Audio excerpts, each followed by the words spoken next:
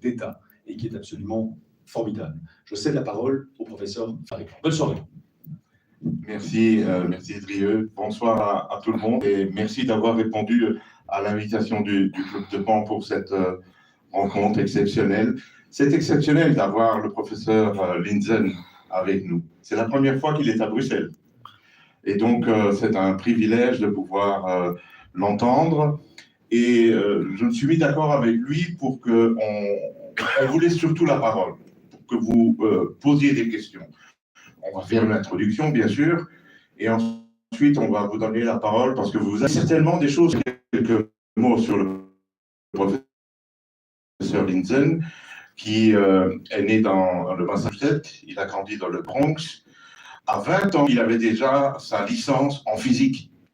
C'est quand même exceptionnel. Et donc, un brillant scientifique qui a fait toute sa carrière dans l'académie aux États-Unis. Il a terminé sa carrière au MIT, avec une carrière où il a été dans d'autres universités également. Il est membre de l'Académie des sciences des États-Unis depuis 1977. Certains d'entre nous n'étaient pas nés à l'époque, mais lui était déjà membre de l'Académie. Et il est membre de l'Académie des sciences de Norvège également. Il a publié plus de 200 articles. Et certainement, si vous êtes là, c'est parce que vous l'avez déjà vu quelque part, vous avez lu son nom. C'est vraiment un privilège d'avoir le professeur Lindzen avec nous. Et donc, un grand merci. Merci à son épouse Nadine qui l'a accompagné. Donc, on va commencer, mais la réunion sera en anglais parce que malgré qu'il est marié avec une Française, il ne parle pas encore l'anglais, le français. Thank you, Professor Lindzen, to be with us. I have just introduced you with a few words. Normally, we should pass a lot of time to explain whom you are, but we would like to give the floor the possibility to ask questions. But before going into the climate change, I would like to listen to you because I read recently that you were writing about past example in recent history where things were presented as scientists and then we realized with time that it was a political consensus and not a scientific consensus. And you give me a few examples, and I think that people will be interested to understand that it's not the first time that we are presented with realities that at the end it become much more difficult to admit that it was a reality. Sure. No, I think it's not an unusual thing. Microphone. Ah, yes. Okay. Is that okay? Yeah. Okay. No, it's actually not that unusual. It happens frequently, but what I'll stick to are what I would call major cases. And by major cases, I mean cases which were associated with legislation in our country and elsewhere, or otherwise government enforcement. So one of the most famous examples in the US was in 1920s. There was great concern in America about immigration. And there was a feeling that immigrants from Southern and Eastern Europe were stupid. Part of the basis for that was World War I. And when you drafted people in the US, they were given intelligence tests in English. And immigrants did poorly on that. At any rate, it was decided that this was a biological fact, and that in order to preserve America's gene pool, we should restrict immigration to the countries that had already supplied immigrants to the US, namely Great Britain, Ireland, and so on. And it was held that this was demanded by eugenics, that you were obligated to breed your society for the best qualities. There were things that occurred, where you discriminated against people very explicitly. But the thing about it was eugenics was presented as science, and it was again demanded, or at least insisted on, all scientists agreed. There were scientists who did not agree, and some of them left their memoirs. They said that they didn't agree, but it was good to see that science was regarded as important. At any rate, there was the Immigration Restriction Act was passed in 1924. And although eugenics, of course, was discredited by the Nazis, our immigration law continued until the 1960s. That's one of the sad things about using science for politics.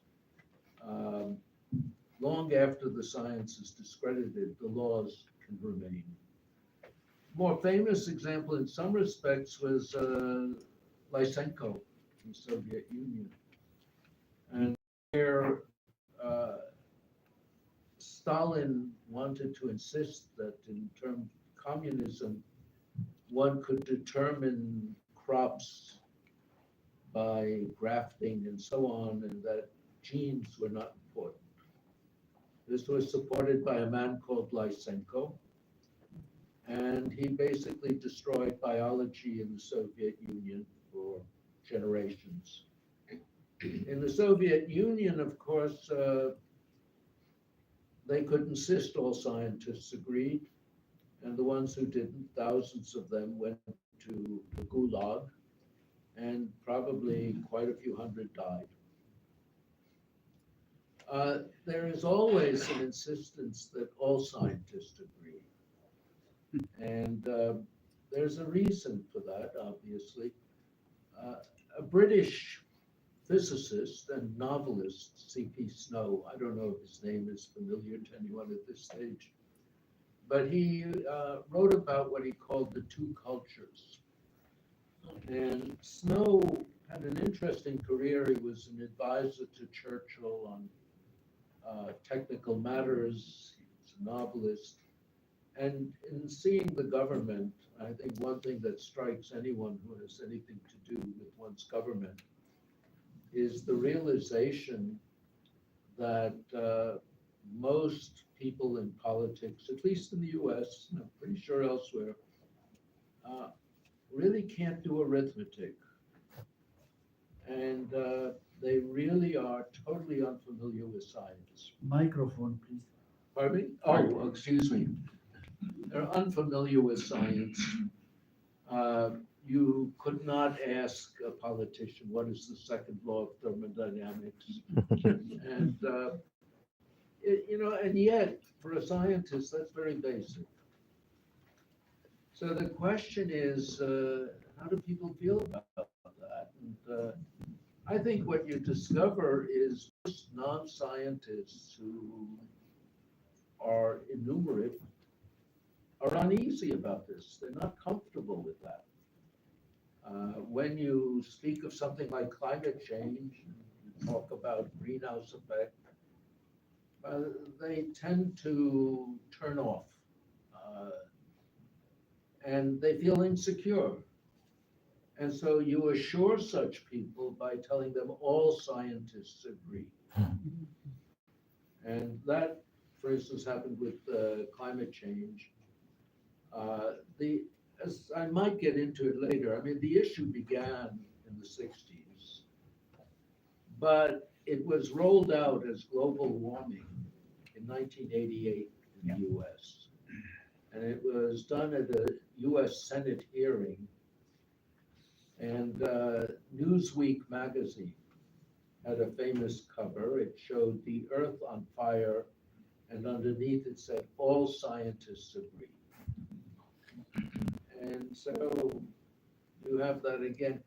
Now, the issue, in a way, is contrary to science, of course. Science is not a source of authority. It's a mode of asking questions, a mode of inquiry. The trouble is, it's been a successful mode. And as a result, it has acquired authority in the public mind, and politicians who are generally not regarded as authoritative envy this and always wish to exploit it. And to with success. The problem is not a big deal if science is not in the public domain. But if it is a matter of politicians, the fact that the politicians are paying the scientists' salaries is a notable influence factor. I longer answer than you wanted. Professor, to speak like you here in Brussels is a taboo. It's why we are privileged to have you, because it's very rare that we have somebody speaking aloud about science, which is not what all the scientists are saying. And is it the same in USA? What is the difference between USA and Europe? How do you see the difference? There are some similarities and some differences. The similarities are that virtually all the television networks, the cable TV stations, CNN, MSNBC, New York Times, the Washington Post, all of these, not only do not cover any questions about this, but they have openly stated they will not publish anything that questions this. That didn't happen immediately. Most of these newspapers did cover questions through, I would say, the 90s. And then you began to see the New York Times dismissing also their science reporters. They had excellent ones and just brought on people who didn't know what they were saying, but would say the party line. The Washington Post has done the same. It's the plaything of Bezos, the owner of Amazon, for whatever reason. The worst examples are Science Magazine and Nature. Both of them have now said they will not publish anything that questions this. That's quite astounding. And as I mentioned to you, the former editor of Science who established this policy is now the president of the National Academy, Marshall McNutt. So you have that issue, I mean, and so that part is the same. The part that is different is the nature of partisan politics in the US. And this is not totally simple, but as a rule, if one party favors it, the other does not. And so the Democrats, which in America is now a peculiar party, I hesitate to say left and right anymore. And the reason I hesitate is the difference between the parties is not the traditional left-right. The Democrats now are the party of the billionaires, the functionaries serving them, and the welfare clients.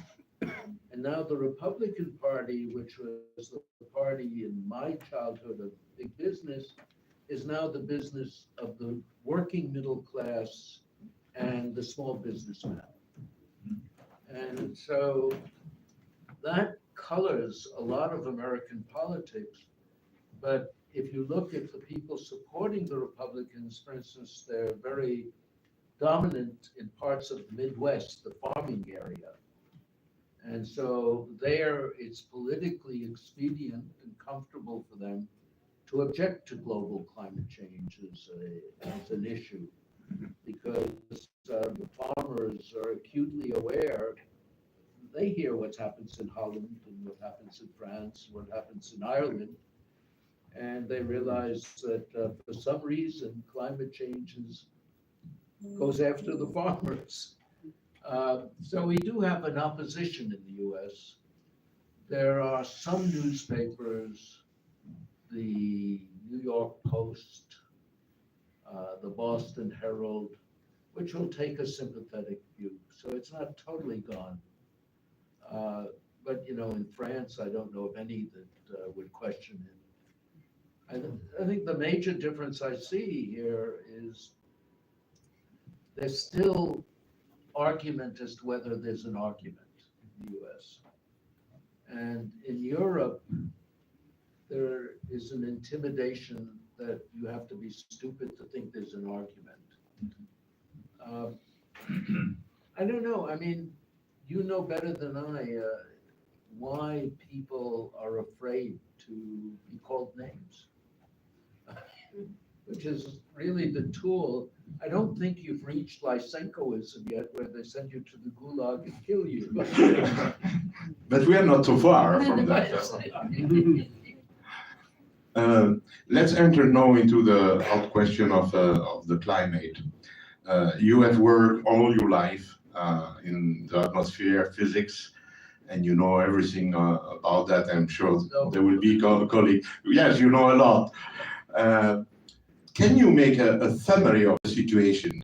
Do we have a climate change, and is man-made mainly? The answer to the first is yes, and the answer to the second is no. No, you know, one of the things, I think we've discussed this before, the whole notion of this argument has so many things wrong with it at every stage that you start criticizing one and you forget to criticize the other, and it begins to sound strange that everything is wrong. But let me give you an example. What you call climate is wrong. I mean, you're given a graph, you're shown, you know, for 150 years, it's gone up by 1 degree or so. You said, be afraid. And here there is the phenomenon I briefly mentioned. You say that to a normal person, he's not at the university, he's a working person. He says, what are you talking about? I should be afraid of a temperature change that I deal with every day between 8 a.m. and 9 a.m. What's this about? And I think in America, at least, a majority of what I'd call ordinary people don't take this issue seriously. On the other hand, there is the phenomenon of the so-called educated elite who are far more supportive of this issue and seem to ignore the fact that 1 degree is small, and they're willing to believe that it's the end of the world. And I occasionally wonder, I mean, as a teacher, why is that? I mean, what have we done wrong to produce this? And I think there's a reason, and I refer to that as the good student problem. If you look at mathematics or physics, let's consider the scientists in the 19th century, and you try to think of those who made an impact on the 20th century, and you will probably have trouble coming up with more than 15 names. In math, maybe 6. And so you have real important breakthroughs are rare. On the other hand, education, even in the 19th century, was a large operation. And yet there's a tendency to combine the two, that teachers are researchers and so on. To some extent that's true, but in the filtering of the process, it's clearly there's something wrong with that notion. But having said that, what then makes a good student? And clearly for most students, it isn't so much that they're going to discover something or create something, that's rare. It's they're going to please their professor. And so what is the skill that they learn? the skill they learn is to rationalize anything, no matter how stupid it is. And so in a way, they're more vulnerable to insane claims. Now, with climate change, I've thought about it. I mean, when it first started, let's say in the 90s, the people promoting climate change actually tried to explain why the small values were important. And I like to explain it, but I find anytime you involve anything with math, you lose people. Let me try and explain what the reason is. In past climates, we've had some dramatic differences in climate in the Earth. The glaciations, I mean, Chicago under 2 kilometers of ice are notable differences. Then you had 50 million years ago with the dinosaurs and alligator-like creatures in Svalbard and so on. You had a warm period, the Eocene period. Now, each of these was characterized by a different temperature difference between the tropics and the pole. So, for instance, today it's about 40 degrees. During glaciation, it was about 60. During the Eocene, it was about 20 degrees centigrade. Now, this temperature difference tends to occur between roughly 30 degrees latitude and the pole.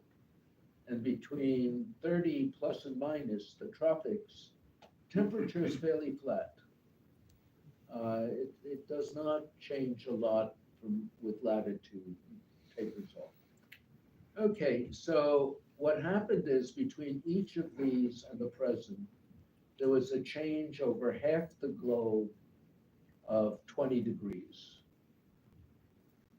But, so it's not 20 degrees every place, it's between the pole and so on. So it's half the region and half the Earth.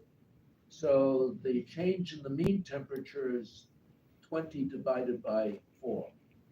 So it's 5 degrees. So these major climate changes were associated with a change in the mean of 5 degrees. So they're saying, well, if we take CO2, that might give you a degree, and then we put in positive feedbacks. We say relative humidity is fixed and uniform. Go through them, and at least in a model, you can make it get 3 degrees, although it begins to look strange. And so you say, well, 5 degrees was a major climate change. This is going to be pretty big. You can actually test for that. You can look at the temperature change over the last 150 years and see if there was any change in the temperature difference between the tropics and the pole. And there wasn't. There was no polar amplification. So when today they tell you the model is going to give you 3 degrees warming, it's 3 degrees, period. No big change at the pole. And even 3 degrees is pretty small.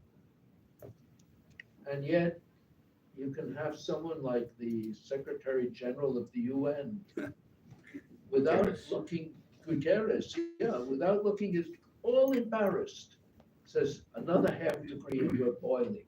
And the only thing you could answer is, can you take out a patent on this? You could make a lot of money if you could. Thank you. Before giving the floor to the room, I have a last question, because since people realize that we are in a world full of natural gas and that LNG is changing the geopolitics of the world, suddenly everybody is becoming afraid of the methane emissions and methane escaping from the methane carrier and so on. What is your view on that? Well, how should I put it? Once you start the CO2 discussion, you sort of have convinced part of the public that the greenhouse effect is evil, and any molecule that is absorbing in the infrared is dangerous. And so they'll come up with an argument that methane, each molecule of methane is, I think, something like 30 times more effective than a molecule of CO2. The reason for that is pretty simple.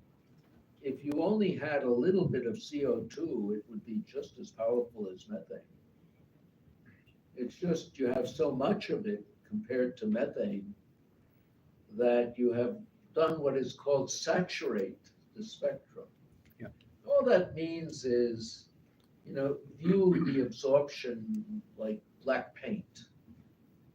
So if you have a transparent piece of glass and you put on a light coat of black, you have a big attenuation of light. By the time you have a black paint covering that glass, adding more black paint doesn't do anything. Exactly. It's already opaque. That's what's happened with CO2. Exactly. Okay, so you now have something that's 30 times more effective. The problem is it's hundreds of times lower in the amount being emitted. And so by the time you factor in the arithmetic of how much is being emitted of CO2, how much is being emitted by all sources of methane, you end up that methane will only give you, from that, 10% of what CO2 does. And even if you had 3 degrees, 0.3 is negligible. So you can't do anything, even if you believe the global warming stuff. Same thing with nitrous oxide. It's even, the molecules are even more effective, but the emissions are even less. You're hundreds of times down. And it's 1/13 as effective as the CO2. Now, if you want to get into the details, the situation is even more compelling to ignore methane and nitrous oxide. 2 reasons. One, the obvious one. As you emit more, they begin to saturate.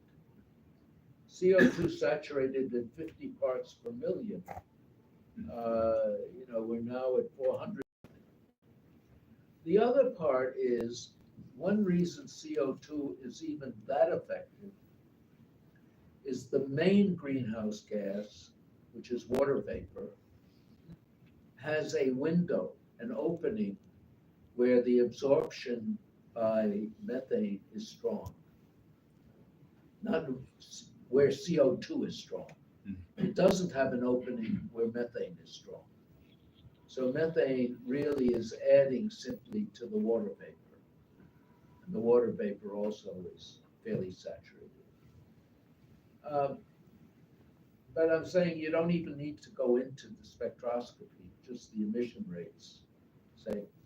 And yet, as you know, methane is the excuse for asking the Dutch and the Irish and the French to get rid of half their cows. I mean, this is insane.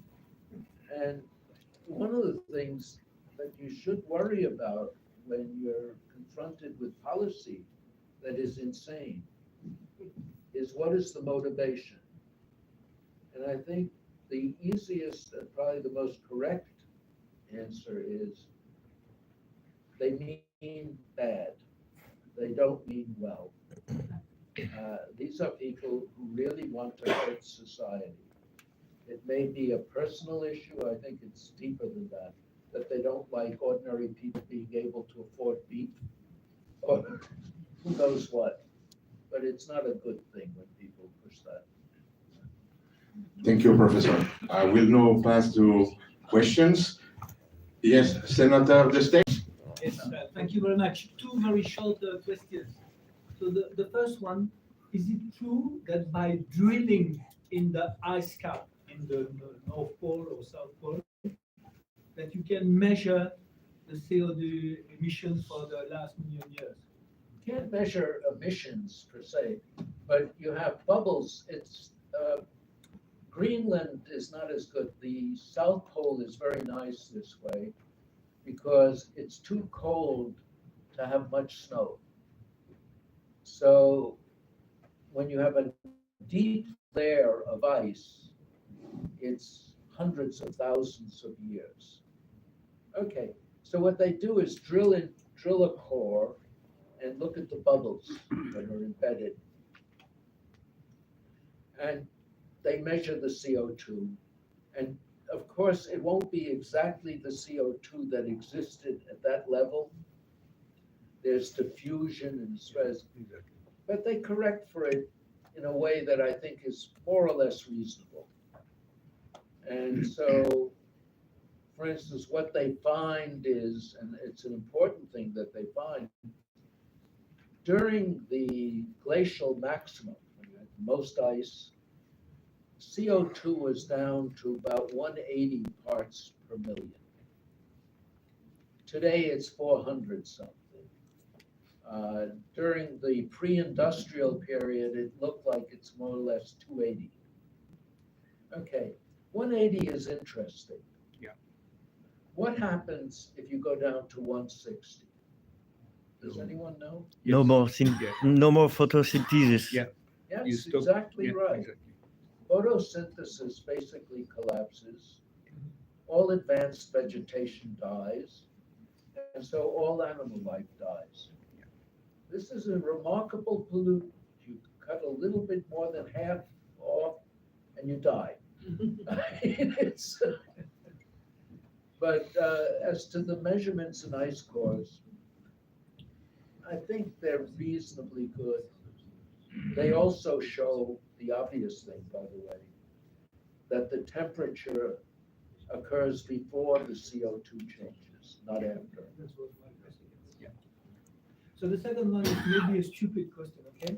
So we are 8 billion more or less on Earth. We produce energy, we warm things. So can you not? We also cool things. Yeah, okay. So okay, how? Can you not empirically consider that this is warming the atmosphere? And is this negligible in comparison with the effect of the sun? Sorry, it may be stupid, but Okay, you're hitting on something that has a certain delicacy to it. You're saying, how can we assume that it is due to CO2 rather than maybe the sun? I have a problem with that comparison because both of them assume that climate is one number and one number is forcing it. And if you look at the Earth, it has dozens of climate regimes. There's something called the Köppen classification. And you have different regimes all over. They behave differently. They each have different climates. The climates depend, they will change without any change in solar output, without any change in CO2, because you have the ocean circulation, and it's constantly bringing heat up or taking heat down. And the time scales for the ocean are between 4 or 5 years for Enso or El Nino, to 1,000 years for some of the really deep circulation. And so to speak about what causes climate, each of those dozens of regimes often has a different climate regime. You can have, I mean, there's an argument that arose. We were discussing it earlier. There was something called the medieval optimum. In Europe, in Greenland, there was a period during 1,000 years ago until perhaps the 13th century or 14th century, when you built the great cathedrals and when the temperature seemed to be warm and you had vineyards in England and so on and so forth. Historically, there seemed to be some evidence it was warm. And so when the global warming issue started politically, one of the things people were being told, can you get rid of the medieval warm period? Because there was no CO2 emissions to drive it. The thing that was crazy about that was you then had people, whenever the government asks you find this, there'll be somebody who finds it. I mean, it will be fake. But, so they found what was called the hockey stick. Yeah. And it showed no temperature change or cooling until now. And now you get 1 degree. And so even though that's tiny, it's unprecedented. Let's say that were correct. Okay, so now you have the fact that Europe and Greenland and Iceland are all much warmer, but the average for the Earth is 0. Means someplace else is cooler for 300 years. And so if you had a situation where Europe and Greenland are warmer for 300 years and the rest of the Earth is colder, isn't that a climate change? Yes, it is. But the metric we're using gives you 0. That's part of the problem, that we're oversimplifying the metric. We're taking a small change in it, and we're ignoring what's causing it, not what's causing it, whether it's CO2 or sun, but how does it relate to these regions? And you can see how it relates when you plot the data that goes into making that curve of global mean temperature change. That has a range of 1 degree. The range of the data is 16 to 20 degrees. When you show the data and show the average looks like nothing. So you throw away the data and you stretch the data, the scale, so that 1 degree occupies the whole scale. And then people say, looks big. Hopefully we do better than that. Next question. Yes? Yes. Here? And after you. I was Question, please, yes. and no statement. My question is, what is the best argument? I use the thermodynamics. So the cold cannot warm the warm. So the inertia of atmosphere is far less than ocean, 265 less massive than ocean. So when the suns go down or when the cloud came, atmosphere is cold rapidly, and water continue to warm the atmosphere. Is that your best argument? For me, it's my best argument. What do you think? Have you better one? How should I put it? Oh, yes, I keep forgetting this. No, I don't find that argument altogether compelling. It's partly right. I mean, the time frame, in other words, the atmosphere is coupled to the ocean. And so you can't really get away from the heat capacity of the ocean just by having the atmosphere play by itself. And that led us, there are a number of arguments that you can use that relate to that. One is that if you have a very sensitive climate, then it's saying that you get a big change from a little forcing. That little forcing means that the surface, which has the heat capacity of the ocean, is going to change very slowly. So it's going to take a long time to reach the new equilibrium. Whereas if you have very low sensitivity, it says it takes very little to change the temperature, and then the response time will be quicker. Okay, so long response time is associated with high sensitivity, short response time with low sensitivity. You can then look at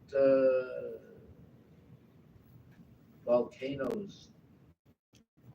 Now, usually one volcano is not a big enough, but you had during the 19th century periods when you had 3 or 4 large volcanoes within a few years. Occasionally you have that. And you can look at the response of the temperature to that. It's always short. So that's a framing of your thing, but where you have a rather close measurement. Now, any of these tests have usually come out that the sensitivity is exaggerated. And I would argue that even if the sensitivity is not exaggerated, without polar amplification, you won't notice it much. I mean, what is the range of temperature today between morning and evening? 20 degrees? 30? Can be, but probably during the day it's 10 degrees and might go up to 20, 22, so 12 degrees. But I mean, people aren't dying in the street because of this. And we're used to it. And it just, the thought that another half degree is the end of the world, that anyone could accept this, just boggles my mind. Yes. Stand up so we can hear better, please. Yes.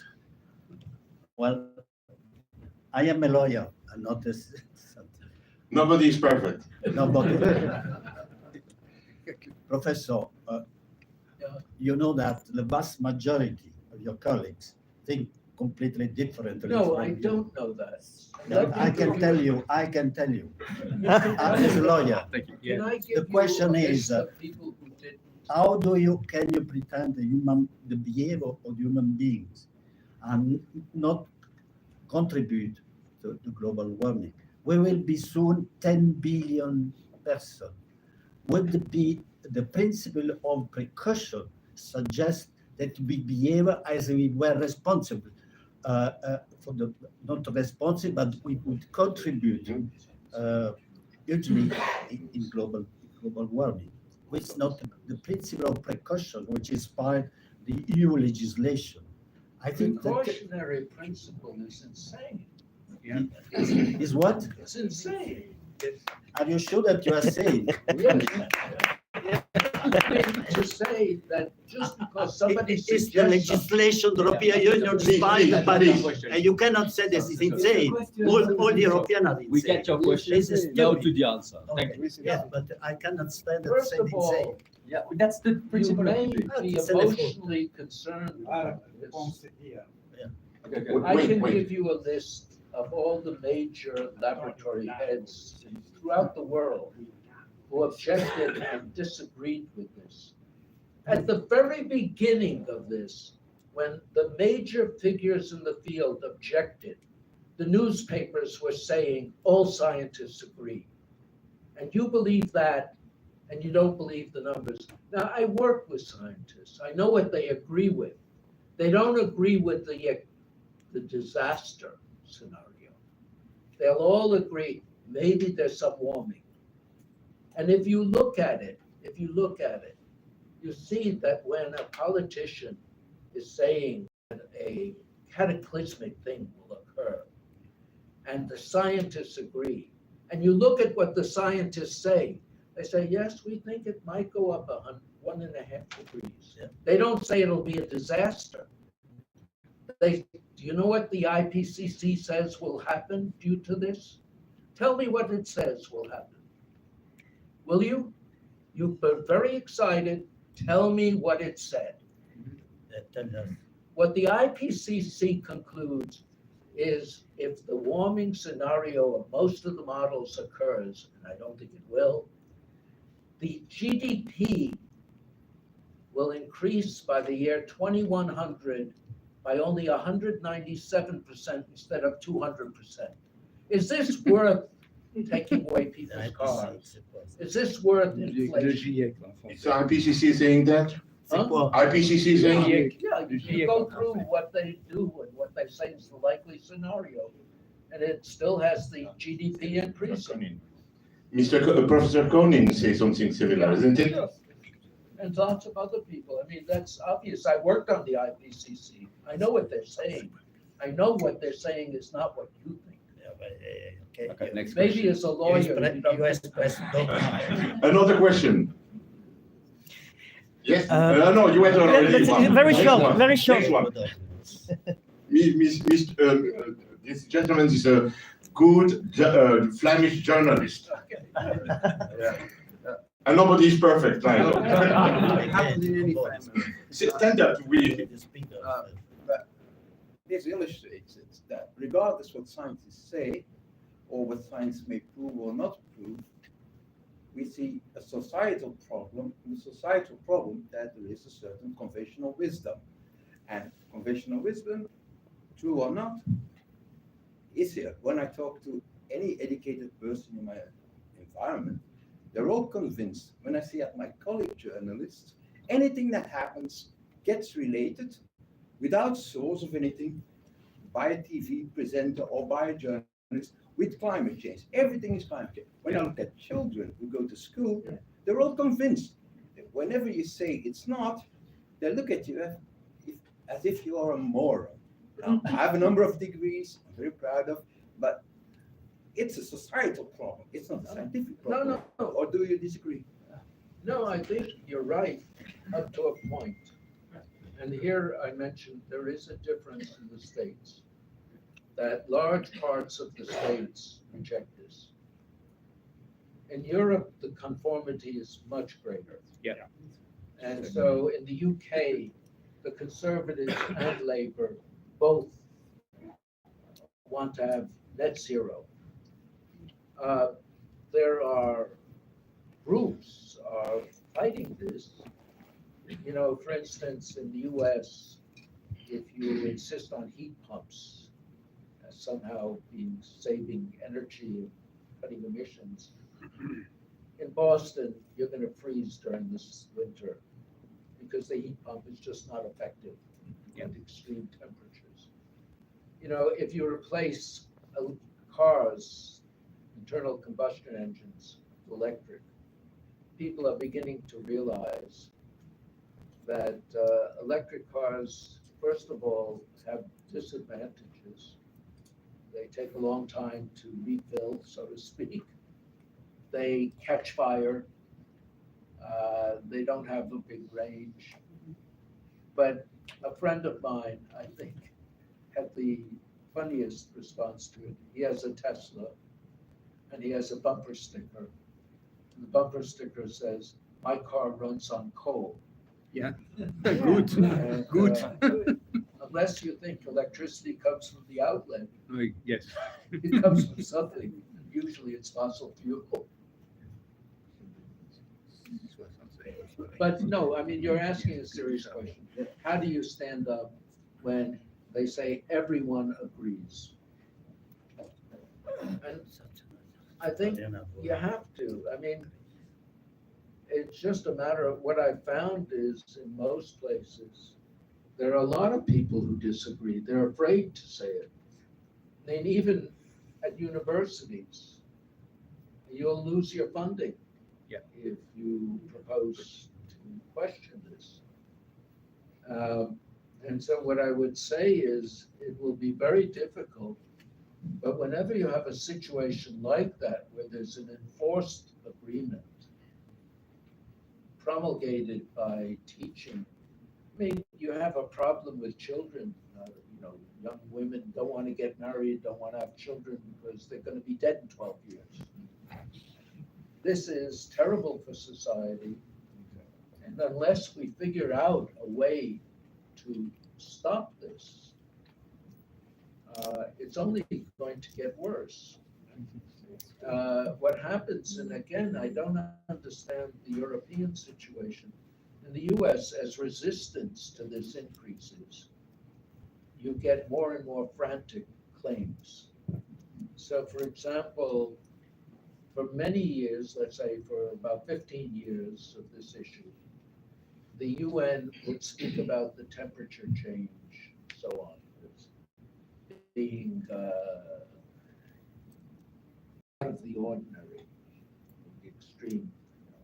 We haven't seen 1 degree in 1,000 years. And they realized that, at least in the States, this was not getting them much traction. And so it switched to extreme weather. And that was very interesting because the IPCC, through the first 5 assessment reports, couldn't find any relation between extreme weather and climate. And so why were they suddenly saying extreme weather? And the reason was every day, someplace on Earth, there is an extreme weather event. And that extreme weather event can be photographed.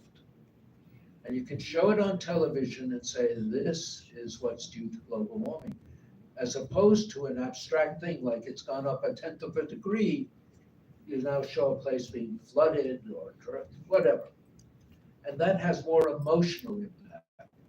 When the politicians have to go to emotional impact because the facts no longer convince someone, you know that it is not motivated by truth. Yes, I don't know very much about climate change, but when people say, oh, the temperature is going to rise or something, for me, and I want to ask if this, maybe a correction about my thinking, but they say, oh, the temperature is rising. But for me, the Earth is a living organism like a human being. Our temperature is not the same in the morning as in the evening and things like this. And I'm wondering if this, for me, it's normal that changes happen. Yeah. Do you know the name James Lovelock? No. Yeah. Okay. Gaia. The Gaia hypothesis, which sounds like what you're Okay. talking about. And he's an interesting figure. He's dead. Est-ce qu'on peut entendre la question parce qu'on n'a pas entendu la question? Ah, pardon. Alors, je me demandais juste comme si la Terre, comme un être humain, les gens semblent effrayés par une idée de changement de température, mais la température change. Enfin, la Terre est un organisme vivant, et donc je suppose qu'un changement de température est plutôt un bon signe, enfin, signe de quelque chose de normal, puisqu'il y a une variation comme toute chose vivante. Voilà. Okay. James Lovelock. Yeah. No, he was saying that the Earth system is a dynamic living system that accommodates things. And initially, he bought into global warming. And then the last 5 to 10 years of his life, he was objecting to it very strongly. He realized that this was junk.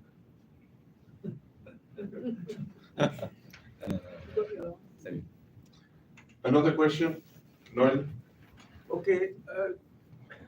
We always say that there's CO2 anthropic and there's the CO2, natural CO2. What is is there a difference between the two CO2 and what is the part of the CO2 coming from us and the part which is natural?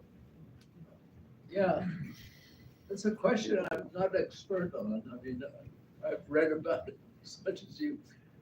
You do have, of course, natural sources. You have plants and so on that use it. Other things we generate it. I mean, after all, your mouth is currently about 40,000 parts per million. So you're a source. Living things are a source. It's a little bit like seltzer water. You heat it, it releases the bubbles of CO2. You keep it cold, it holds it in. And the oceans behave that way. So there's a big seasonal cycle in CO2. You can see that in the data. On the other hand, there are isotopes of CO2 that are peculiar to burning. And they suggest that indeed emissions do contribute to the increase. And probably, I mean, if you look at it, basically half of what we emit seems to appear in the atmosphere. And that usually means that there is what is called a relaxation time. Our emissions are increasing exponentially with a time scale of about 40, 50 years. And that seems to be the relaxation time. So half gets absorbed. It's, how should I put it? When you look at the impact of CO2, you always do it relative to a doubling of CO2. Think about what that means for a moment. It means the change from 200 to 400 is the same as the change from 400 to 800, is the same as the change from 800 to 1600. Each added molecule does less. And so at some point, what's the problem? I mean, we've already reached a certain amount. It would go a little bit more. The main thing we observe related to CO2 is increased greenery. There's been about a 14% increase in the green area of the earth due to CO2 increasing in the Industrial Revolution. That is probably added to the nutrition, the ability to feed another billion people. So the only thing I know of for sure is CO2 is beneficial. Yeah,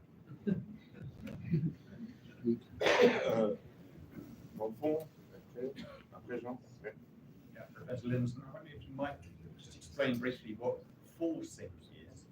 Is I've understood that to be in the scientific debate the thing that pushes us over the edge into saying that makes the difference, even if it's only a very small change. It's that small change that makes the difference. So why do people say that, and why is it not credible to hold to that if it isn't credible? Well, the so-called word forcing, I guess, has its limitations. All you're saying is, if I double CO2, how should I put it? I have to go through what the greenhouse effect is. Okay, if you have convection, air moving up and down in clouds and cumulonimbus, you're tempted to think, if you're thinking of the laboratory, if you have convection, it tries to make the temperature uniform.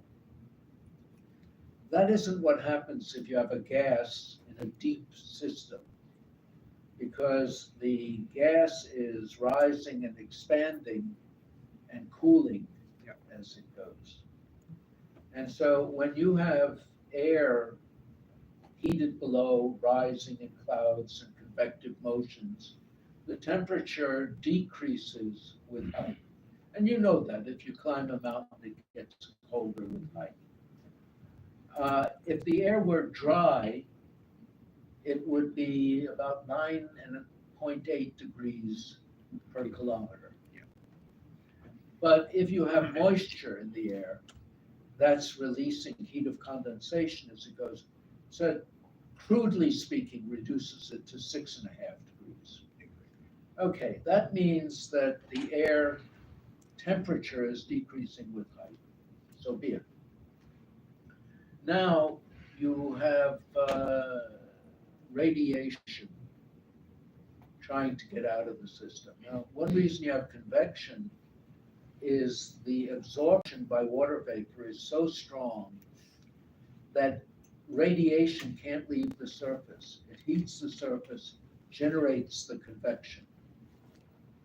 And eventually, when you get high enough, about 5 kilometers, there's sufficiently little water above that, water vapor, that the radiation can reach space. That's called the emission level, the effective emission, characteristic emission level. That's about 5 kilometers, 6 kilometers. What happens if you add CO2 is you make that higher. And because of the convection, a higher level is colder. And because it's colder, it's not getting rid of the heat that the sun is bringing in. So the whole thing has to warm.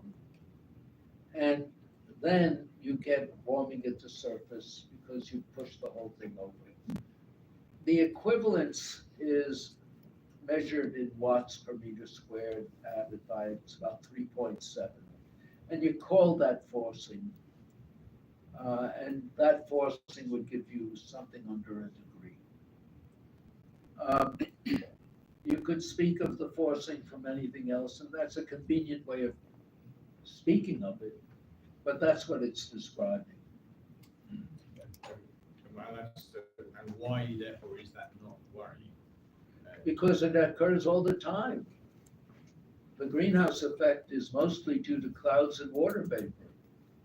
It keeps the earth from being too cold for most animals.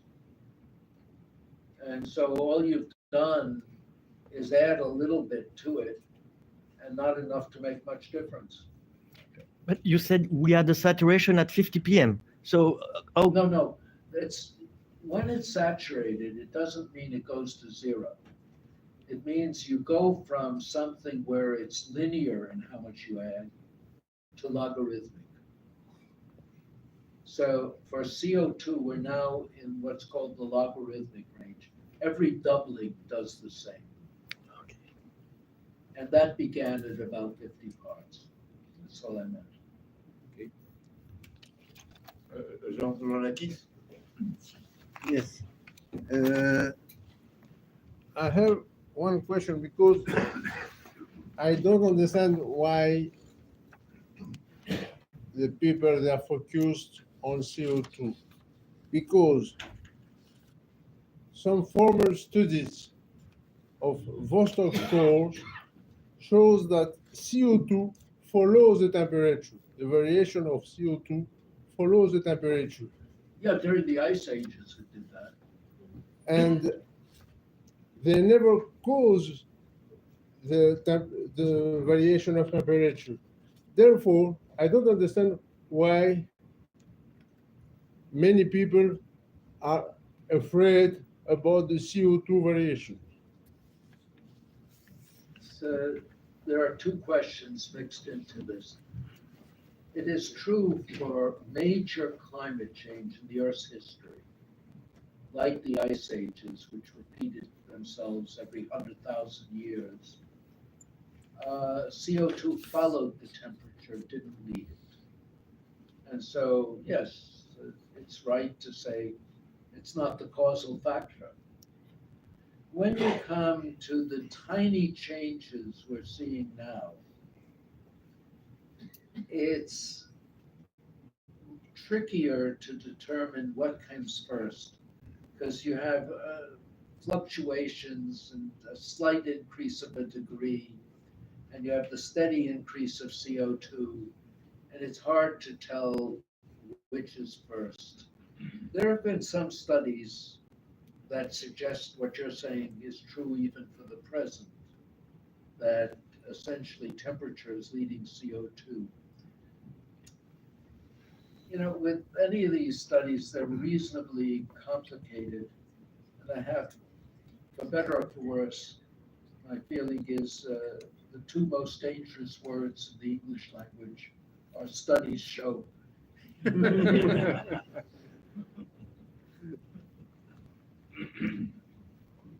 Other question? Yes? Yes, I'm Wim from the Netherlands.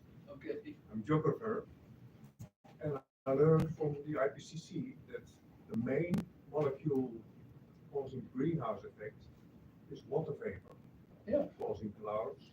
And Actually, clouds themselves Yeah. are the next most important, or maybe just as important, because thin clouds at high altitude mainly absorb infrared. So together, the IPCC says they are responsible for 75% of the greenhouse effect, clouds and water vapor together. And then my question is, why are we always talking about carbon dioxide when the H2O molecule is that important? Well, two reasons, one good, one bad. The good reason is we can't do anything about water vapor. Okay. The bad reason is the political system isn't interested in water vapor. They're interested in the energy site economy. And from the point of view of the malicious party, uh, there is no burning of fossil fuel that doesn't produce CO2. So you're not attacking coal or oil or natural gas, all of them. And so that's its virtue from a political point of view. No, I mean, water vapor and ice are natural. Saying that 70% is a little bit tricky. There may be more than that, because these things don't linearly add up. So you might do almost everything with water vapor, but if you had a bit of CO2, it would share some of it.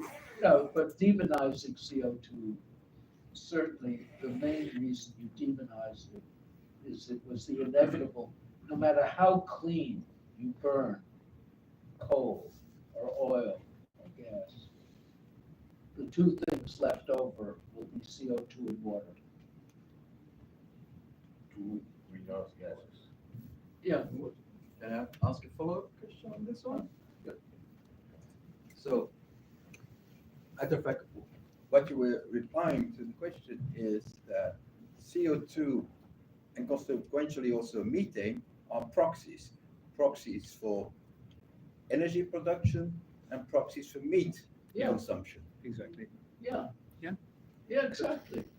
In other words, if your aim is the energy cycle, economy, and there's a reason for aiming for the energy economy, obviously.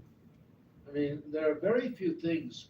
I mean, for instance, let's say banning Freon or the ozone issue.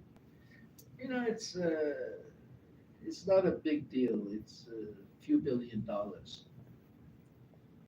If you want to spend big time, the energy economy, you could throw trillions of dollars at it. And that plays a big role in the influence. I mean, as I often point out, if you're giving out, as our president in the US is currently wants to give out $9 trillion for climate-related expenses, somebody's going to get them. They're going to be very happy to get that. Yeah. Even what they're doing is harmful or useless. And if they need political support, if you get $9 trillion and you give 3% back, you can influence every member of our Congress and Senate for a long time to come. And so they'll support it. So it's a kind of vicious circle when you're talking about that scale. Thank you, Professor Lindzen, for being here. One of your colleagues, I mean, Mr. Professor Michael Mann. Not my colleague. He is famous or infamous, it depends what you say, but he has tried without success to suppress the little ice age in his hockey stick. But the little ice age is proven, especially I remember the book. He's mainly suppressing the medieval war period. He suppressed both. No, but okay, I'm speaking it because in his hockey stick it goes down, but the little ice age is not clearly visible. When you read the book of Leroy Ladurie about the climate, it is a book of the dating of 67, before the IPCC. It is very affirmative and has proof for the existence of the little ice age. Of course. And the little ice age finished in 1850. So, and if it is not CO2, and since 1850, our Earth has been gradually warming up 1 degree or 1.5 degree. The figure is not very important, but if it is not CO2, what is it? Can you tell us? Because one word has not yet been said today, it is the word sun. No, and it has been mentioned today. And I explained that I think what you're doing is mistaken. And even though we may agree on some things, the problem is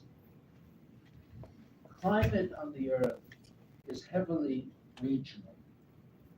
It is also the case that climate, which we arbitrarily define as a 30-year average, depends on many things and will occur whether there's any external forcing or not. The climate in any given region will change with time due to its proximity to the ocean, whether the ocean is to the east or the west, how the land use has varied. All these things change climate, and the climate change is largely regional. So we spoke about the medieval warm period, where Europe and Greenland were obviously warmer. And then the hockey stick comes and says, they didn't change the mean. Well, who cares? If the hockey stick were right in saying Europe got warmer for 300 years, someplace else must have gotten colder for 300 years, and we're going to say that's not climate. But of course it is. So one has to stop thinking in terms of one cause, one response, one temperature, and saying that represents the Earth. It does to some extent when you have big changes like the ice ages. But when we have the changes like I've noticed, for instance, in the Gulf Coast of the US, when I was a kid, you grew oranges there. For the last 50, 60 years, it's been too cold for oranges. That's a climate change. When you look at the data points that go into that one temperature you're looking at, they're scattered over a region that's 10 times bigger. And that says at any given moment, almost as many stations are cooling as warming. You know, so you're picking one and you're saying it's uniform. It's easy to speak that way, but that isn't the way nature works.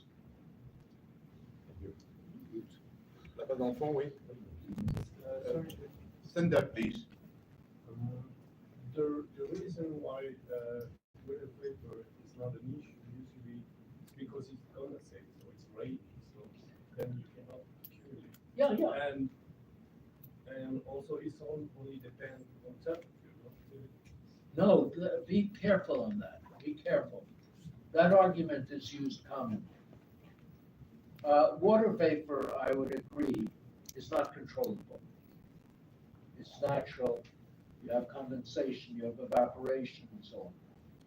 But essentially, it is not particularly controllable in the sense, you know, what would you do with it? Could you rephrase your question? Because I'm not. It's true that it only depends on temperature. Oh yeah, the temperature. Temperature tells you how much water vapor can be held by the air. There's something called the Clausius-Clapeyron relation. It doesn't tell you it does do that. It says how much it will take to saturate. But for instance, saying that it determines the water vapor is the equivalent of saying that if you have a very big glass or a little glass, the big glass will automatically hold more beer or have more beer, not hold it. That's obviously untrue. And so you can have high temperatures in the Middle East, for instance, with very little water. You can have areas that are colder and they can't hold as much, but they're saturated. And you can see this all through the atmosphere, that the relationship between temperature and humidity is far from perfect. I don't know, am I clear on that? Yes. Because the Clausius-Clapeyron is just setting a limit. To say that you always reach that limit is to say you're always saturated. But the relative on the humidity, average on the Earth. So, on the average of the Earth, I would say it is true yeah, it's more. that where you're warmer, the air often holds more water vapor. But if you go to the tropics and look at the variations, small variations in temperature, you see no relation, because wherever the air is descending, let's say you have cumulonimbus towers, where the air is descending, it's perfectly dry. It's hot, it's dry. And where it's ascending, it's saturated.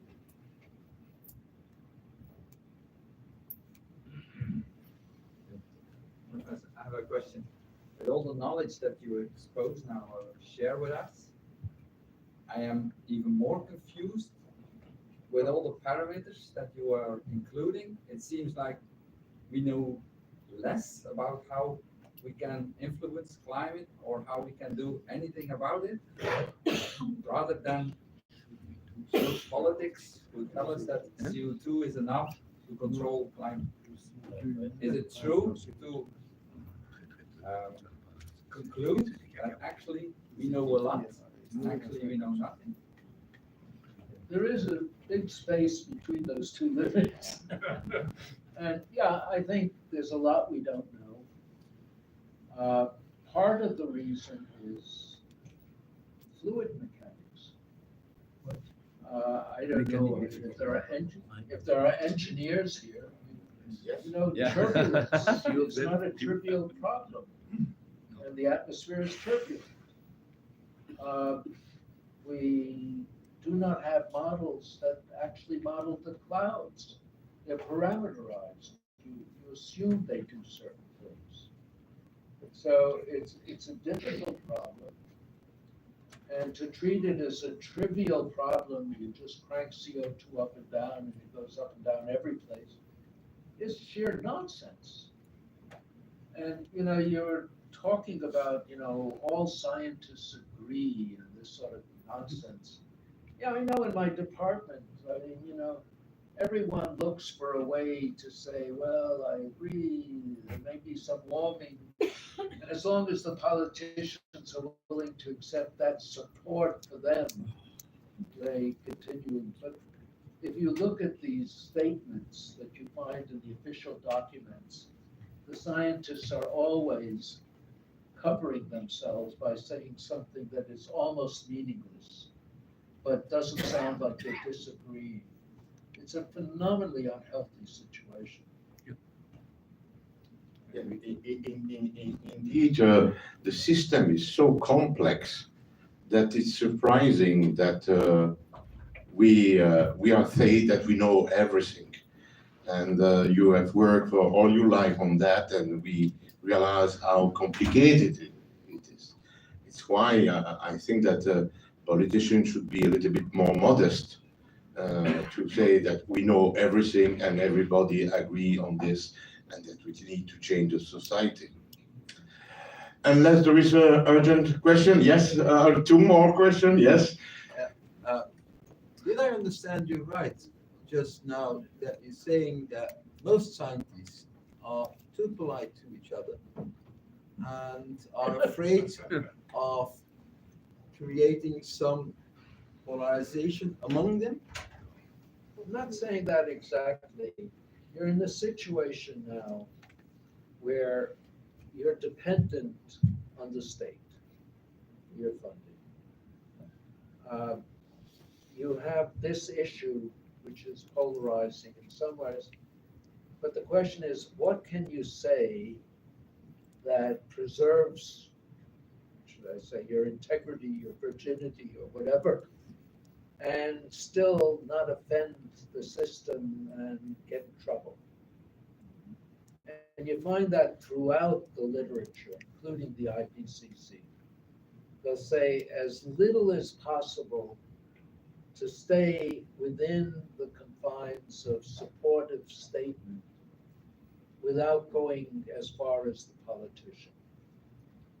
And I have some examples I'll speak about tomorrow, but you know, where the scientists kind of let the politicians say that the scientists support the politician. But the scientists, when you read what they've said, are really limiting what they're supporting. And I think there's an assumption, and I think it's important for people who want to find out what's going on to actually read this stuff. And yeah, I mean, I've said that before. I mean, you know, how shall I put it? For the ordinary citizen, I don't know. You have other things to do. But for the people in the energy industry, for not taking the time to read and do their homework, I find really appalling. Before going to, there are two other questions in the back. You have been member of IPCC. Yeah. Can you explain us how IPCC is working? Because not everybody is aware of the big work that is behind IPCC. Yeah, I mean, how should I describe it? It's, first of all, it's a UN operation, which means that it looks for global participation. Normally, that's nice, but in scientific areas, very few countries in the world today are centers of scientific work. The Western world, mostly in China now, Japan. India. So there's that issue, but on the whole, it's an operation which has parts that are not terrible and parts that are absurd. So the not terrible part, they'll have hundreds of scientists getting together to write the Working Group 1 report on science. And most of the people are somewhat related to science, and they're chosen by the British Met Office. Not chosen, they're nominated by the countries who belong to the UN, and they're vetted by the British Met Office. And on the whole, I would say they're not making much distinction between who says what. So at that stage, at least until the first 4 or 5 assessments, that was okay. And so each chapter of the science, each covering the oceans, the atmosphere, clouds, this, that, the other thing, attribution, has about 14, 15 people who are chosen by the scientific quote process. And then those people are called lead authors. There are also contributing lead authors who do not attend the meetings but contribute stuff. Finally, there is the coordinating lead author. He is not chosen by the scientific branch, he's chosen by the IPCC executive. He's also a scientist, but he, quote, a more reliable scientist. At any rate, so you have these groups meet, and you really are told, do not be too critical of models. But beyond that, they're not necessarily pushing. There will be a guy who is the monitor, who goes around saying you've gone too far, you've gone to this. But there is a certain amount of leeway in that. I was in a group of 3. We were doing the section on clouds and water vapor. And the 2 colleagues were people I knew well, who are pretty much going along with the CO2 thing. But we agreed we would not say anything that we knew to be wrong. And the section is okay. So you have this report, it's written by people, they're trying to be not dishonest, but maybe not completely honest. And then you have the summary for policymakers, because the resulting report is about 1,000 pages. The summary is written with the coordinating lead authors plus government officials. It's an interesting document in that it comes out 6 months before the report. So, you know, it doesn't come out after, it comes out before. And if there is, and here it gets touchy. So you have this 30-page report, the summary, comes out before. And they've realized after the first 2 reports, there are now 6, I think, that nobody reads 30 pages. Forget 1,000 pages. So they have what's called the iconic statement. For instance, with Michael Mann, it was, you know, we now, you know, that it's unprecedented. Another that we believe that most of the warming of the last 60 years is due to man. One thing like that. There'll be an iconic statement, and only the chapter that has something relevant to the iconic statement will be altered. The rest will get through. There was an op-ed piece by a man called Frederick Seitz. A very important figure in science, is regarded by some as the father of solid-state electronics, solid-state physics. He was president of the National Academy, president of Rockefeller University. He had an op-ed in the Wall Street Journal saying the modification of the attribution section was the worst thing he had ever seen done by a scientific group. I mean, this is a funny thing. On the other hand, most of the document, probably 950 pages of it, is pretty what I would call anodyne. It's not wrong, it's not complete. Then you have other reports they come out with that have no relation to the science, and they use the fact that there's a scientific report to make the public think that they're all scientific reports. That's the trickier part. Yes, just maybe a concluding question, but is there any fact or any demonstration which could be done to demonstrate finally that there is nothing to worry, like a little bit Galileo Galilei has Jupiter and his satellite to show, yes, finally it turns. Unfortunately, climate has thousands of degrees of freedom, which a simple mechanical system does not have. But on the other hand, I would ask the obvious question, how often do their predictions have to fail before you begin to wonder whether they're right or not? A last question. Scientist, geopolitologist, but these last 6 years I'm teaching because I didn't have any scholarship anymore in the National Science Foundation. So I would like you to explain me why is the American society more critical minded towards this climate change issue, and why is our European society apparently more indoctrinated and doesn't formulate any argument against it? Okay, let me ask a question back. How sure are you of that? In other words, how mixed is European society? Because what I find is, I would assume everyone here has gone to college. Yes. Is that typical of your society? No. Is what you're saying true of ordinary people who didn't go to college? If you ask them privately in the bar, do you really believe this stuff? I bet you'd get a lot of them saying then, no, this sounds crazy to me. And then we get into what I call the good student problem.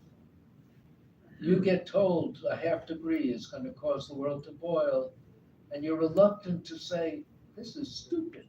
I mean, in the States and here, the media, and I don't know in the States, but here in Belgium, courses. I know, Flemish I side know and that. the French side. Yeah. They are indoctrinating our kids, Yeah. starting from the first year high school with. We have the same, we have the same. So you have the same. So But that's, it turns out, for instance, in the polling in the US, that the younger people, teenagers now who went through it, are becoming more skeptical. That people in rural areas never accepted it. Whenever you poll the American public, it's still close to over half, a little over half, don't buy it. Now, the question I have for here is how carefully have you asked the questions? In other words, we each live in our own bubble. So if you have a college education, the odds are most of the people you know are in the same boat. You don't know too many carpenters, you don't know too many, this, that, and the other, machinists. Do you know how they're thinking? It's a democracy, they have a vote too. I can see a big difference. I'm nearly retired. And I'm dealing with young teachers. Young teachers, freshly graduated. Yeah. And it's very hard for them to accept my critical mind about this climatic issue. And I'm a geologist, so Yeah. I know our Earth constantly has changed. Yes. It's very natural. But I notice in our education, what is written in the books is decided by politicians, not by the scientists. Yeah. I mean, America has an example of that I love. During Franklin Roosevelt's administration, you had a problem. You had the Northern Democrats and the Southern Democrats. And in order to win elections, you had to keep them together. But the North was, I would say, more left-wing. The South was still having segregation and racism. And so deals were made, and one of the deals made was that the state of Texas would choose the school books for New York. And so when I went to school, my school books were chosen by the state of Texas. And we continued to learn about eugenics until the 50s. Ladies and gentlemen, I think that we had a very interesting and long session. And I think that we leave the room with the conviction that it's much more complicated than what we are saying. And there is no reason to change the way of life of the people in the world for something which is so uncertain. I disagree. I think we're pretty certain that nothing dramatic will happen. So yeah, it's worth more than what I was saying.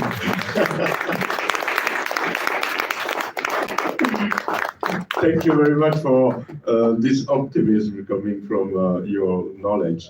I would like to tell you that if you are interested, tomorrow Professor Lindzen will speak also in another meeting at 1:30 at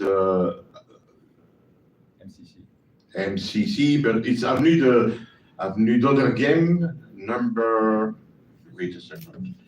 And it's open to the public, but 22 Avenue d'Oderghem. And it's a meeting where Professor Lindzen will make a keynote speaking, and then there will be a debate with 3 other people, and then another one later on. So you are most welcome to attend also. What is MCC? 22 rue Avenue d'Oderghem. Thank you. What is what? MCC is Matthius Corvinus Collegium. Oh, okay. Matthius Corvinus Collegium. But go to Avenue d'Oderghem number 22, okay, and you will be welcome. Thank you very much, Professor Lindzen. It's a pleasure.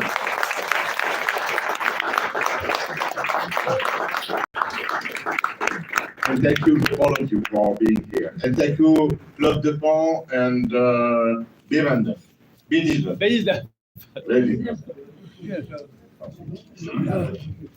Merci.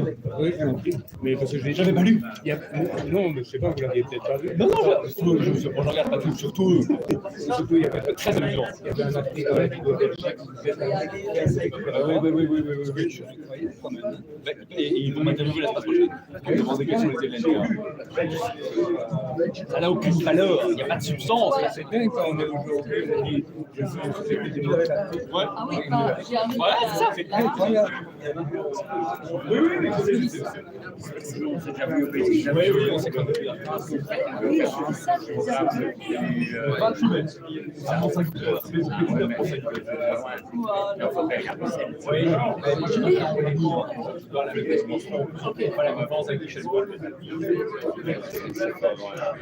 Si c'est possible, en tout cas, ah oui, c'est bien.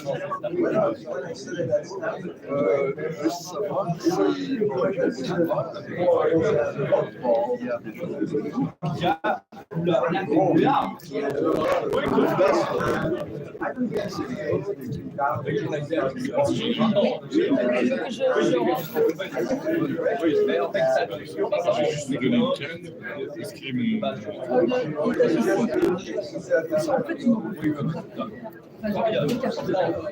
Une carte de bac. Oui, une carte. Non, mais j'ai donné un. Moi, j'ai Tu as une carte de bac. j'ai un truc un peu plié et tout.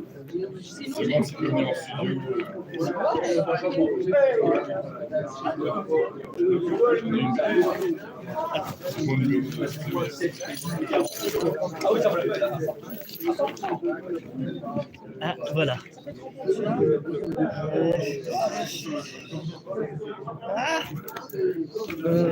On n'a pas oublié les photos avant de donner les cartes, les gars. Je vais vérifier si j'ai ailleurs, mais attends. Ça, c'est la carte. C'est au moins qu'il y a mon téléphone. Il reste jusque quand,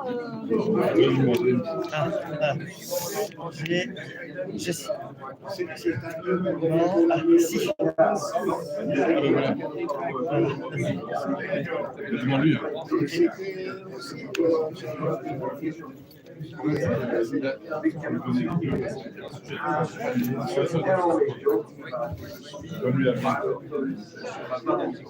Non, c'est pas gênant.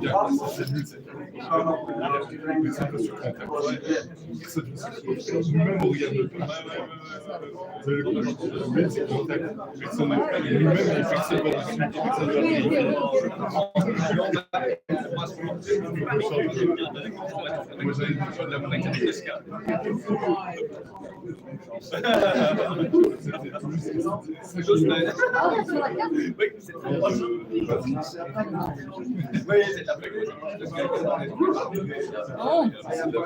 Ça c'est vraiment super intéressant. Oui.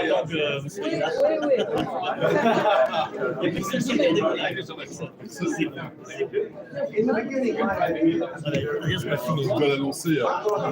Je l'ai annoncé, mais. Oui, je me permets de vous demander. Oui. Ce que vous avez filmé, ce sera accessible